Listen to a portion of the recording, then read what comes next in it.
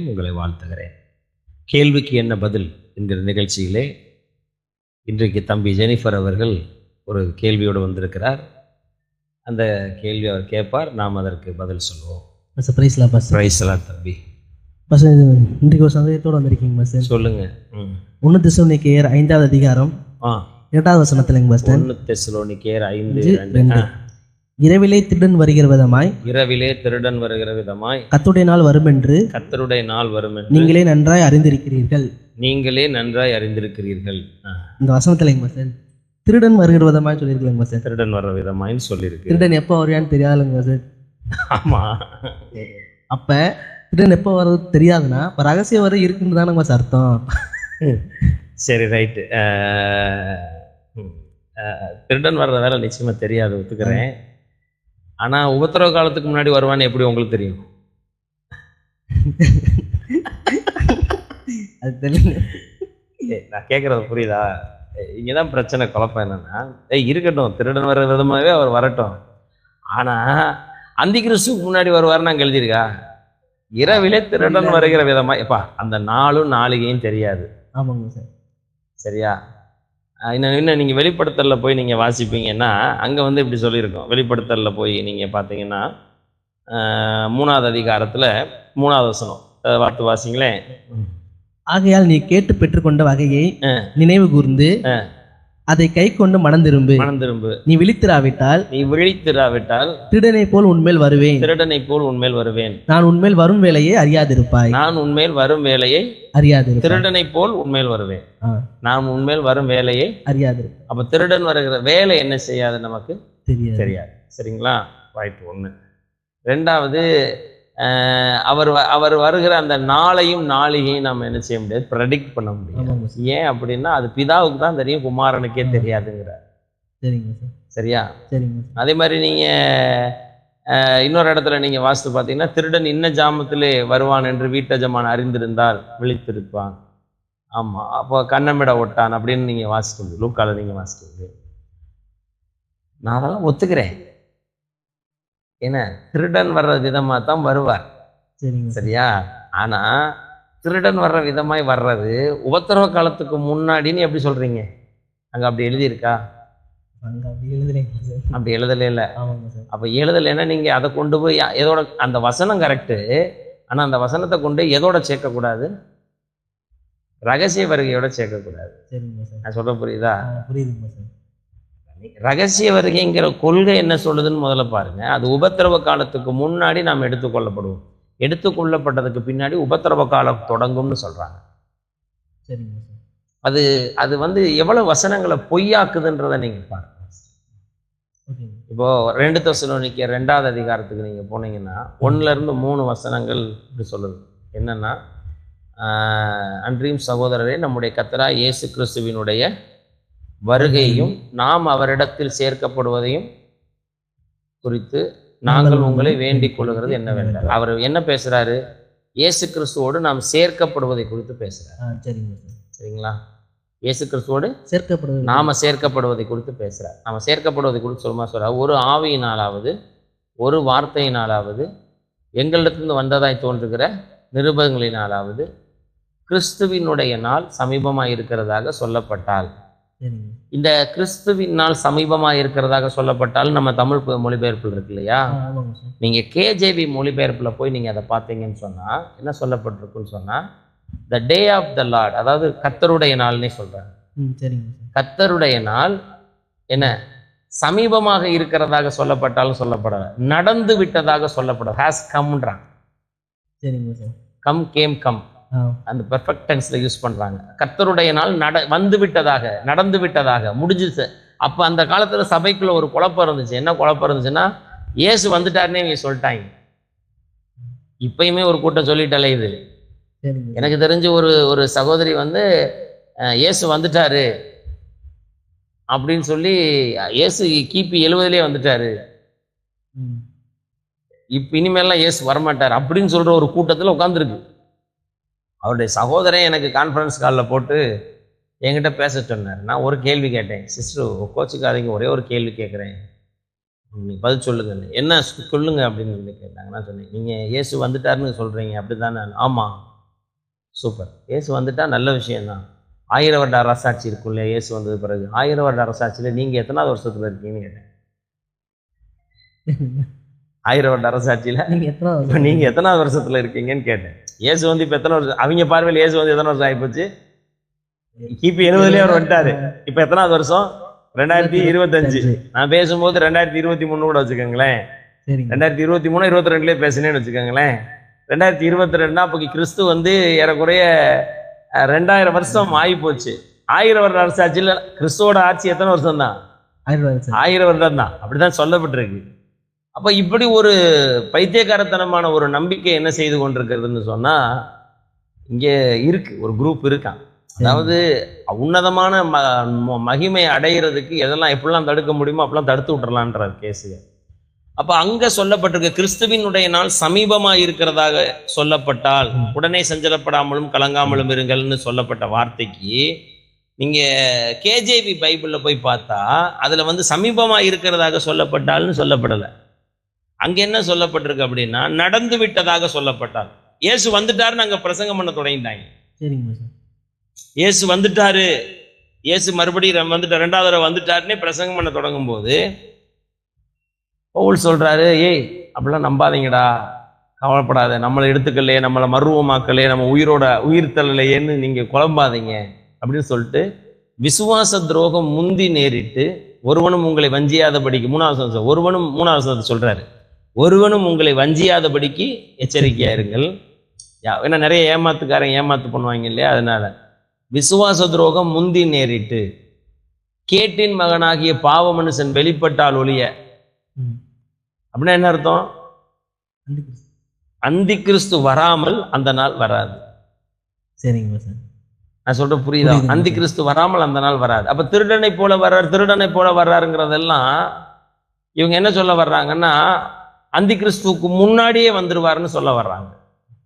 அப்போ இந்த வசனம் பொய்யாயிடும். எந்த வசனம் பொய்யாயிடும்? அந்த நாள் வராதுங்கிற எந்த கேட்டின் மகனாய் பாவ மனுஷன் வெளிப்படாமல் அந்த நாள் வராது. அப்ப அவன் வெளிப்பட்டாதான் அவர் வருவார். அப்பதான் நாம அவரோட சேர்க்கப்பட முடியும். 1வது வசனம் அதான் கர்த்தருடைய நாள். புரியுதுங்களா? 2வது நல்லா கவனிக்கணும். வெளிப்படுத்தல் 20 போய் நீங்க பார்த்தீங்க அப்படின்னு சொன்னா இதுவே முதலாம் உயிர்த்தெழுதல்னு 5வது வசனத்துல இருக்கும். வெளிப்படுத்தல் 20 நீங்க வாசிச்சு பாருங்களேன். மரணமடைந்த மற்றவர்கள் அந்த 1000 வருஷம் முடியும் அளவும் உயிரடையவில்லை. இதுவே முதலாம் உயிர்த்தெழுதல். இப்போ உயிர்த்தெழுதல்ல ஒரு கூட்டம் எந்திரிச்சிட்டாங்க. மற்றவங்க அந்த 1000 வருஷம் முடிகிறவர்கள் என்ன செய்யல? அப்ப முதலாம் உயிர்த்தெழுதலுக்கும் அதுக்கு அடுத்த ஒரு உயிர்த்தெழுதலுக்கும் இடையில எத்தனை வருஷம் இருக்கு? 1000 வருஷம் இருக்கு. சரியா?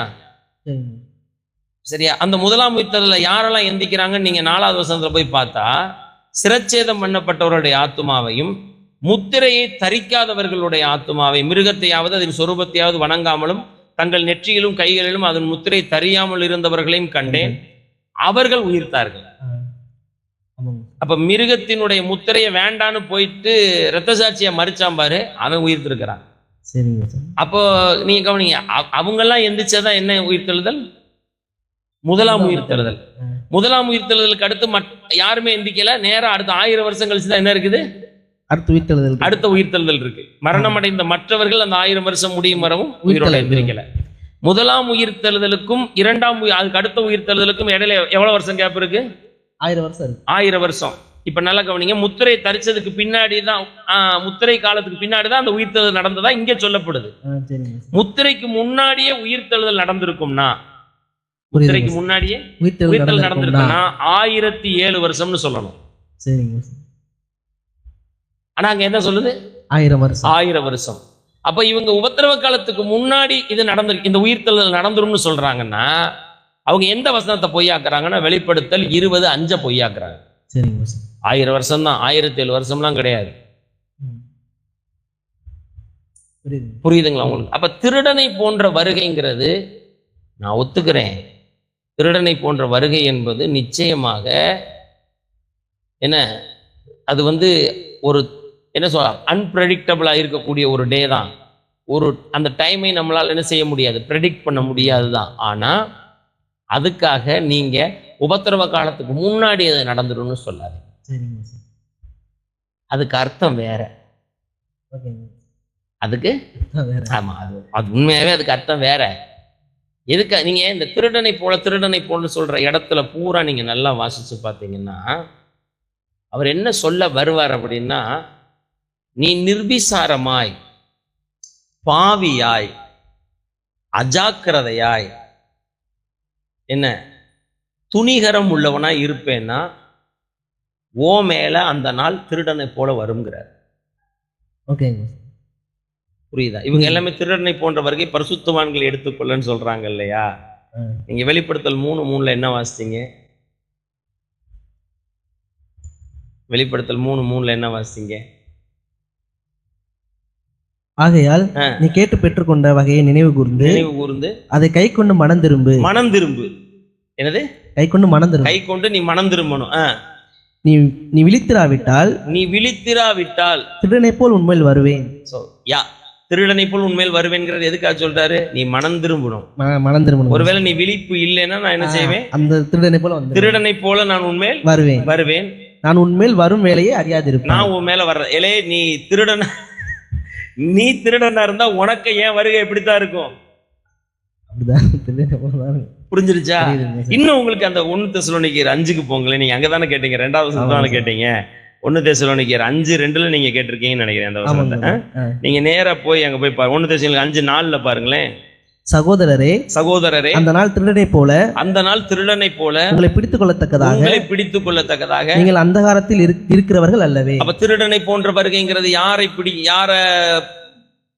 பனிஷ் பண்றதுக்கு வருது? அந்தகாரத்தில் இருக்கிறவங்களுக்கு. அப்ப அந்தகாரத்தில் இருக்கிறவனுக்கு, அந்தகாரனா பாவ வாழ்க்கை. சரியா? பாவ வாழ்க்கை. கிறிஸ்தவனா இருந்தும் பாவ வாழ்க்கை வாழுகிறவனா இருந்தானா இயேசு வர நாள் செல்லுன்னு சொல்லிட்டு இவன் பாட்டுக்கு ஆமா இவன் இப்படி இருந்தான்னு வச்சுக்கோங்களேன், அவனுக்கு ஐயோ மிஸ் பண்ணிட்டமே அப்படிங்கிற ஒரு லாஸ்ட் தானே, அவனுக்கு இழப்பு தானே அது. அதைத்தான் அங்க சொல்றாரு. இன்னொன்னு வாங்கி வெளிப்படுத்தல் விசேஷத்துக்கு போங்களேன். அந்த வசனத்தை வாசிங்களேன். 16வது வசனம் 15வது வசனம் 16வது அதிகாரம் 15வது வசனம். வெளிப்படுத்தல் 16ல போய் 15 வாசிங்களேன்.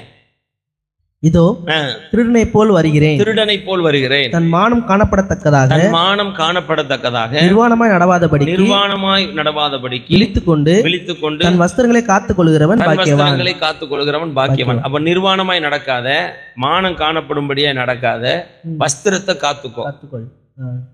ஏன்னா நான் திருடனை போல வருவேன்.